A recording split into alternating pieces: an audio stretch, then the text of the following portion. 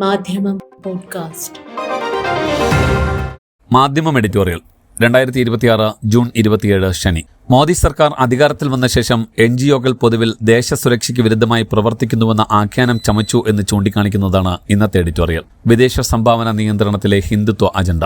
രാജ്യത്തെ സന്നദ്ധ സംഘടനകൾ അഥവാ NGOയ്ക്കും സാമൂഹിക സ്ഥാപനങ്ങൾക്കും വിദേശ സംഭാവനകൾ സ്വീകരിക്കാനും വിനിയോഗിക്കാനുമുള്ള ചട്ടങ്ങൾ കടുപ്പിച്ചു കേന്ദ്ര സർക്കാർ വിജ്ഞാപനമിറക്കിയത് വലിയ വിമർശനങ്ങൾക്കിടയാക്കിയിരിക്കുന്നു.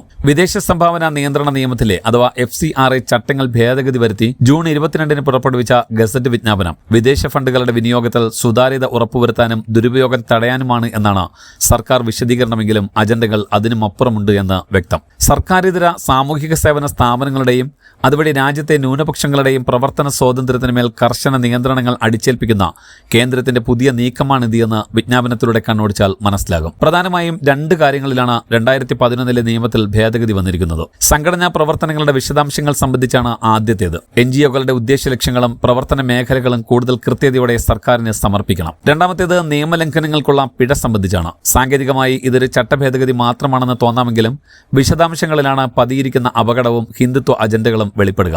1976 ഇന്ദിരാഗാന്ധി കൊണ്ടുവന്ന നിയമമാണ് FCRA. 2010 രണ്ടാം UPA സർക്കാർ അത് പുതുക്കി. അതിനുശേഷം 9 തവണ നിയമത്തിൽ ചട്ടഭേദഗതിയുണ്ടായി. ഓരോ ഭേദഗതി നടപ്പിൽ വരുത്തുമ്പോഴും NGOകളെ വരിഞ്ഞുമുറുക്കുക എന്ന അജണ്ട കൂടുതൽ തെളിഞ്ഞു വന്നു.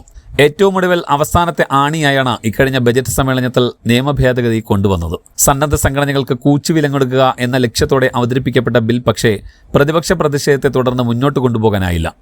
അതാണിപ്പോൾ ചട്ടഭേദഗതിയായി പിന്നാമ്പുറം വഴി അടിച്ചേൽപ്പിച്ചിരിക്കുന്നത്. വിജ്ഞാപനത്തിലെ വ്യവസ്ഥകളിൽ നേരിട്ട് പരാമർശിക്കുന്നത് NGOകളെയാണെങ്കിലും ലക്ഷ്യം മറ്റൊന്നാണ്. ന്യൂനപക്ഷ വിഭാഗങ്ങൾ, സന്നദ്ധ സംഘടനകൾ രജിസ്റ്റർ ചെയ്ത് ആശുപത്രികളും വിദ്യാഭ്യാസ സ്ഥാപനങ്ങളും പ്രസാധനാലയങ്ങളും നടത്തുന്നുണ്ട്. കേവല ആശയപ്രചാരണങ്ങൾക്കപ്പുറം സാമൂഹിക ദൗത്യം എന്ന നിലയിൽ കൂടിയാണ് അവയെല്ലാം മുന്നോട്ടു പോകുന്നത്. രാജ്യത്ത് ആരോഗ്യ വിദ്യാഭ്യാസ മേഖലകളിൽ വലിയ മാറ്റങ്ങൾ കൊണ്ടുവരാൻ ഈ സംരംഭങ്ങളിലൂടെ സാധിച്ചിട്ടുണ്ട്. ഓക്സ്ഫാം മുതൽ ലോകാരോഗ്യ സംഘടന വരെയുള്ള അന്താരാഷ്ട്ര പ്രസ്ഥാനങ്ങൾ ഇത്തരം NGOകളുമായി സഹകരിച്ച് പ്രവർത്തിക്കുന്നത് അതുകൊണ്ടാണ്. വിദേശത്ത് നിന്ന് NGOകൾക്ക് ഫണ്ട് കണ്ടെത്താനാകുന്നതും ഇതേ സാമൂഹിക പ്രതിബദ്ധതയുടെ പുറത്താണ്. സർക്കാരിന്റെ പ്രവർത്തനങ്ങൾക്ക് പൂരകമായി വർത്തിക്കുന്ന ഇത്തരം സാമൂഹിക സംഘടനകളെ പക്ഷേ തുടക്കം മുതലേ ചതുർത്ഥിയോടെയാണ് ഭരണവർഗം നോക്കിക്കാണാറുള്ളത്. അവയെ നിലക്കി നിർത്താനുള്ള ശ്രമങ്ങൾ എല്ലാ കാലത്തും ഉണ്ടായിട്ടുണ്ട്. 2014 മോദി സർക്കാർ അധികാരത്തിൽ വന്ന ശേഷം ഈ നിലപാട് മറ്റൊരു മാനത്തിലേക്ക് മാറി. NGOകൾ പൊതുവിൽ ദേശസുരക്ഷയ്ക്ക് വിരുദ്ധമായി പ്രവർത്തിക്കുന്നുവെന്ന ആഖ്യാനം ചമച്ചു. അവയെ മതപരിവർത്തനത്തിലുള്ള അന്താരാഷ്ട്ര ഗൂഢാലോചനയായി വ്യാഖ്യാനിക്കുന്നതിൽ ഹിന്ദുത്വ സംഘടനകളും ഒപ്പം നിന്നു. അതിന്റെയൊക്കെ തുടർച്ചയിലാണിപ്പോൾ പുതിയ ചട്ടഭേദഗതി വന്നിരിക്കുന്നത്. മുമ്പ് പൊതുവായ സാമൂഹിക ലക്ഷ്യങ്ങൾ ചൂണ്ടിക്കാട്ടി സംഘടനകൾക്ക് വിദേശ ഫണ്ട് സ്വീകരിക്കാമായിരുന്നു. കൃത്യമായ ഓഡിറ്റിങ്ങിന് വിധേയമായി അത് ഇന്ത്യയിൽ എവിടെ വിനിയോഗിക്കുന്നതിലും പ്രശ്നമില്ലായിരുന്നു. എന്നാൽ ഇനി അങ്ങനെ പറ്റില്ല. മതം, സംസ്കാരം, വിദ്യാഭ്യാസം, സാമൂഹികം, സാമ്പത്തികം എന്നീ 5 മേഖലകളിലായി കേന്ദ്ര സർക്കാർ നിർണയിച്ച 105 പ്രവർത്തനങ്ങളിൽ ഏതെങ്കിലും ഒന്ന് തിരഞ്ഞെടുത്തുള്ള പ്രവർത്തനം മാത്രമേ അംഗീകരിക്കൂ. പ്രവർത്തന റിപ്പോർട്ടുകളും വാർഷിക കണക്കുകളും സമർപ്പിക്കുന്നതിനൊപ്പം സമൂഹ മാധ്യമ അക്കൗണ്ടുകൾ, വെബ്സൈറ്റുകൾ, പ്രസിദ്ധീകരണങ്ങൾ, പത്രങ്ങളിൽ എഴുതുന്ന ലേഖനങ്ങൾ, പ്രധാന സംഭാവന ദാതാക്കളുടെ വിവരങ്ങൾ തുടങ്ങിയവയും സമർപ്പിക്കണം. കേന്ദ്ര സർക്കാരിന്റെ താൽപ്പര്യങ്ങൾക്ക് വിരുദ്ധമായ എഴുത്തുകളും പ്രസംഗങ്ങളുമെല്ലാം തടയാനുള്ള മാർഗമാണിത് എന്ന് ഉറപ്പാണ്. ചട്ടവിരുദ്ധ പ്രവർത്തനം നടത്തുന്നവർക്ക് കടുത്ത പിഴ നൽകി ലൈസൻസ് റദ്ദാക്കാനുള്ള വകുപ്പുമുണ്ട്.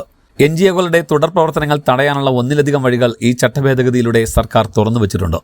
1-ാം വർഷം ലഭിച്ച തുകയുടെ 75% ചെലവഴിച്ചെന്ന് സർക്കാരിനെ ബോധ്യപ്പെടുത്തിയാലേ അടുത്ത വർഷം ലൈസൻസ് പുതുക്കാനാകൂ. ഇത് പലപ്പോഴും സാധ്യമാകണമെന്നില്ല. NGOകളെ നിഷ്ക്രിയം എന്ന് കണ്ടെത്തി ലൈസൻസ് റദ്ദാക്കാനും സർക്കാരിന് കഴിയും. ഭരണകൂടത്തിനെതിരെ എഴുതുകയോ സംസാരിക്കുകയോ ചെയ്യുന്ന ഏത് സന്നദ്ധ സംഘടനയെയും ഈ ചാപ്പക്കുത്തി ഒതുക്കാവുന്നതേയുള്ളൂ. ഇതിനേക്കാൾ അപകടം പിടിച്ച മറ്റൊരു വ്യവസ്ഥ മതപരിവർത്തനവുമായി ബന്ധപ്പെട്ടാണ്. വിദേശ ഫണ്ട് ഉപയോഗിച്ച് മതപരിവർത്തനം പാടില്ല എന്നാണ് ചട്ടഭേദഗതി.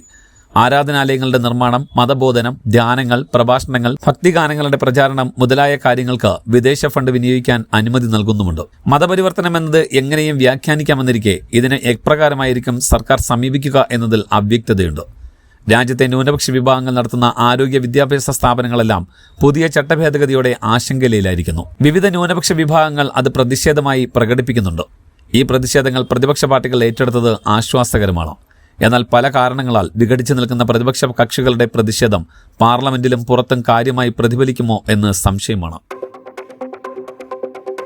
മാധ്യമം പോഡ്കാസ്റ്റ്.